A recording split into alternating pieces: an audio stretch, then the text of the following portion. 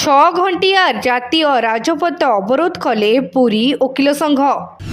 पुरीर ऐतिह्य court को बालुखंड अभयारण्य को स्थानांतर प्रतिवाद रे जातीय राजपथ अवरोध। पुरी वकिल संघ विक्षोभ प्रदर्शन जोगु साधारण लोकों यातायात संपूर्ण ठप। पुरी एसपी विक्षोभ स्थल को आसी आईन श्रृंखला परिस्थिति उपरे नजर रखिथिले। आसंता 27 तारिख रे पुरी बंद डाकरा देछि पुरी वकिल संघ।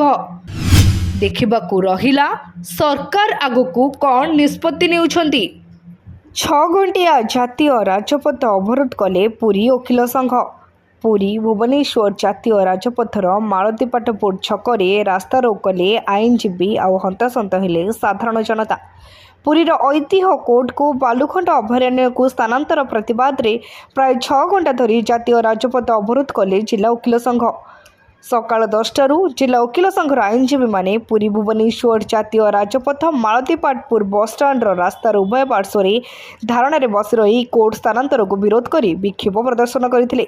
विक्षोभ प्रदर्शन जोगु हजार हजार लोकों यातायात संपूर्ण ठप होइथिला बेले अनेक लोक हाथ जोड़ी सेमानकु पुरी आड़कू छाड़िबाकू नेहुरा होइथिले। डाक्तरों ठारू आरंभ कर साधारण लोके दिव्यांग व्यक्ति माने मध्य नाही नथिबा हैरान होइथिबा देखिबाकू मिलिथिला। तेबे आईनजीवी मानक दाबी को सरकार तुरंत पूर्ण न कले आसंता 27 तारिख में पुरी बंद डाकरा दियाजिबो बोली चेतावनी दैछन्ती आईनजीवी संघर संपादक शरत रायगुरु। तेबे आईनजीवी संघ पक्षरु कोर्ट स्थानांतरित विरोध करी सत्याग्रह 360 दिन में पहुंचुवा बेले आसंता 27 तारिख में पुरी बंद डाकरा दैछन्ती आईनजीवी संघ।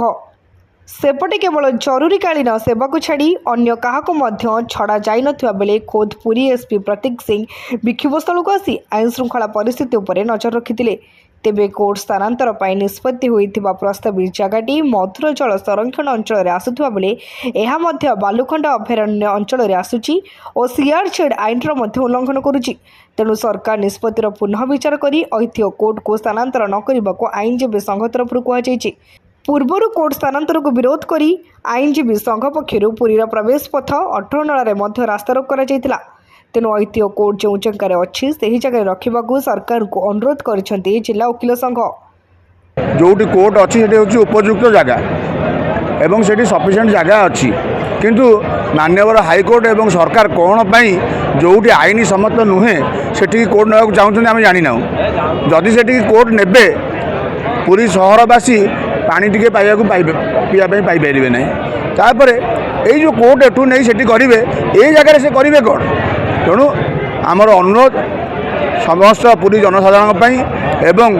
आपण मैंने तुरंत एक ऑर्डर करूँ जोटी कोर्ट थिला सेठी कोर्ट रही माननीय राजस्व मंत्री भी आमको आश्वासन देते जोटी कोर्ट अच्छे मुझे कोर्ट रही व्यवस्था करी सरकार पाखे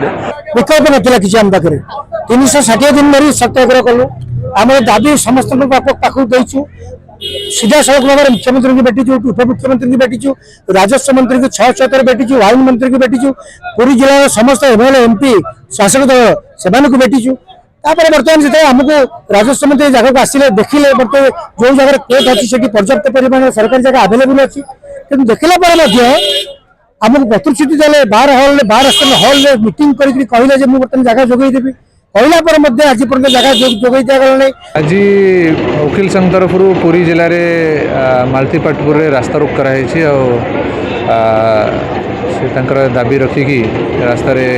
वकिल संघ बसी से संगे आम आलोचना करूँ परंतु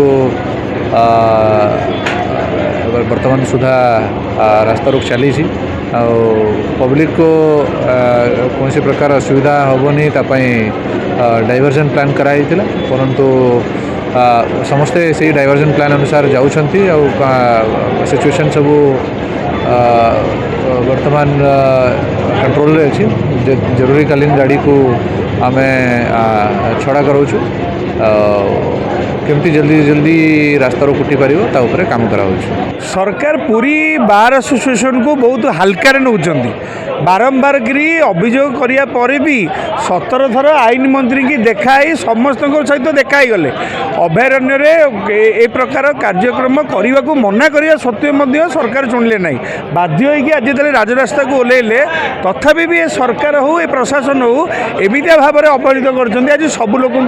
तुम तो जान आगुआ डिक्लेयर होती तुम तुम से क्लीयर करिया कथा तुम रूट मैप भी क्लीयर करिया कथा आपण मैंने न करिकी जाशुणी जनसाधारण को हईराण करें अपील करुँ अभयारण्यर सुरक्षा पाइंका समस्ते एक कहतु कोर्ट कचेरी जदि अलग होदी अलग अलग जगार हम ताले वकिल मैंने हईराण हे जनसाधारण हईराण हे सबू लोक हईराण हे आज आपण आज जहाँ दृश्य देखा पाँच ये हूँ आपणकर दीर्घ दिन धरी वकिल मानकर जहाँ दाबी रही वर्ष वर्ष धरिकी ताकू जोर जबरदस्ती कर्णपात न करिबा सरकार कर्णपात न करिबा एवं न्याय्य दाबी की जोर जबरदस्ती तंटी चिपिकी बंद करिवार जो प्रयास तार प्रतिफलन आज आपण जातीय राजपथ पर देखा पाँच आ पछरे दुईटी गभीर षड्यंत्र रही कहीं सरकार एते तत्पर जे सरकार कहतु कि मान्यवर हाईकोर्टर बिल्डिंग कमिटी कहतु दुईटी षड्यंत्र गोटे हूँ एक निर्दिष्ट स्तंभर एक अवसर विनोदन केन्द्र करने दीर्घ दिन मसुदा रही से जगह पर जो कोर्ट बर्तमान अच्छी तार सहीटा को केमती सरकार से जगार एक अवसर विनोदन केन्द्र करेंगे वकिल मानक जिते जल्दी से जगार अपसारण करेंगे यहाँ हूँ प्रथम षड्यंत्र